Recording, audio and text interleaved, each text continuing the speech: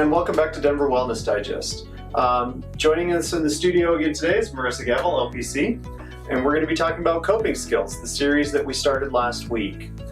So originally I thought I knew a whole lot about coping skills, and as it turns out, I didn't. Marissa was kind enough to really start explaining them to me, and I thought this would be information that you guys would enjoy as well.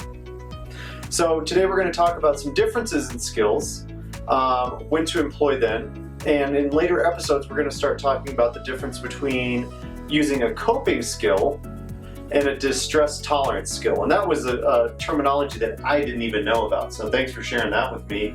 I really think everyone else is going to enjoy it. So as we said last week, coping skills are ways that we can handle stress, take action, and or problem solve. So Marissa, can you tell me, are there different categories of coping skills? Yeah, a coping skill is a really general term for different ways that we are going to cope with stress and things like that. So I would break them down into like spiritual coping skills, maybe physical skills, and then mental health skills that can be used as part of just your daily practice just to get through life a little easier. I like that. So, it seems like they're fairly self-explanatory, but can you tell me about a coping skill that might meet a spiritual need? Yeah, absolutely. I think some people think initially, it's attending church and, some of the more stereotypical ones, but really it's your own spiritual practice, whether that means spending time in nature or spending time in prayer or singing for some folks. It's anything that's going to invigorate your spirit and kind of bring that mindfulness to the forefront. That's really interesting, and it's very individual for people, right? Like I grew up in a very religious household. I tend to still be very spiritual and still pray, but I find that some of my most religious experiences are out in nature.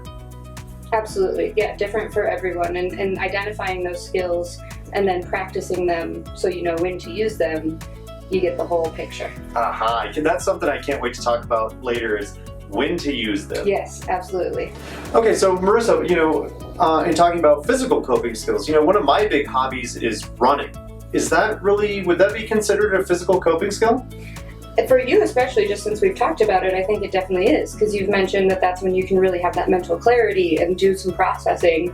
So physical skills, again, it's bringing you into your present. And so if doing that regulated breathing and getting some of those good juices flowing, getting that exercise, that can absolutely be a skill if you're feeling like you just aren't mentally clear. Yeah, definitely. That might be a really interesting episode on its own, is physical coping skills. You've heard me tell you that I just process so much when I'm out running. It's kind of amazing. It occurred to me in college, many years ago, and I think I used to tell my brother, like, I gotta go run the meat out of me real quick. I'll be back. There you go. Yeah, absolutely. Yeah. Well, and a big part of any of that exercise or any sort of the physical skills is really your breathing. You're engaging those core muscles, you're using your diaphragm, so you're getting those good deep breaths and not those shallow breaths. And you calm yourself just by doing those deep breathing. Right. So some people might want to do like square breathing or some of those more traditional ones, but getting out for a brisk walk or a run can really have the same effect. And I don't know about you, but like I happen to be a shallow breather. I know I've been listening to Brene Brown, and you guys are probably sick of me saying that, but that's one of the things that she pointed out for her own self, is that she's a shallow breather. And I have to sometimes just catch myself and be like, okay, take a big deep breath. Yeah. Relax. Yeah. And those shoulders back, the posture of the core definitely makes a difference in how deep you breathe and giving that oxygen to the brain and the whole thing. It really is a whole system kind of reboot. Right. Nice. Yeah. We'll do that now. Right? So you mentioned the last category. We said physical, we said spiritual, and now we're on to mental health skills. Mental health. So this one to me is just really, I guess, vague. So tell me about some mental health coping skills. Sure. So like you said at the top, it's really looking for skills that are going to help us manage stress or invigorate us to take an action where we might be kind of hemming and hawing, not really sure what to do. So coping skills can include journaling, really getting your thoughts on paper so you can see them. It can include talking to somebody who you trust just to get that feedback. The one that I focus on the most in my client work is self-talk. Self-talk. We talk to ourselves more than we talk to each other most often. I know I do.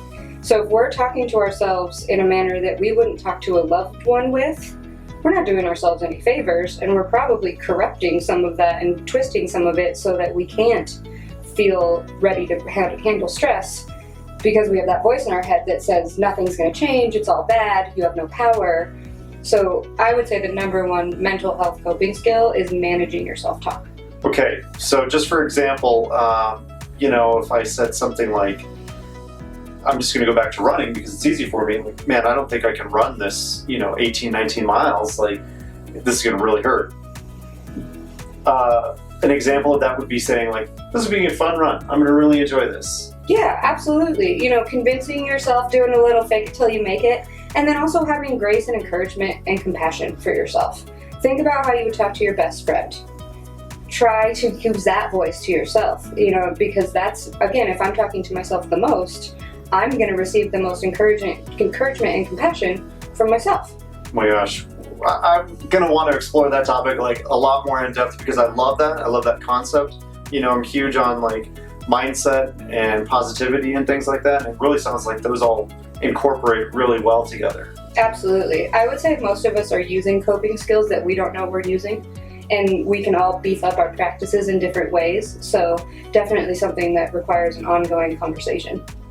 So did you hear that, guys? You're actually using these skills. Now let's help you identify when to use them.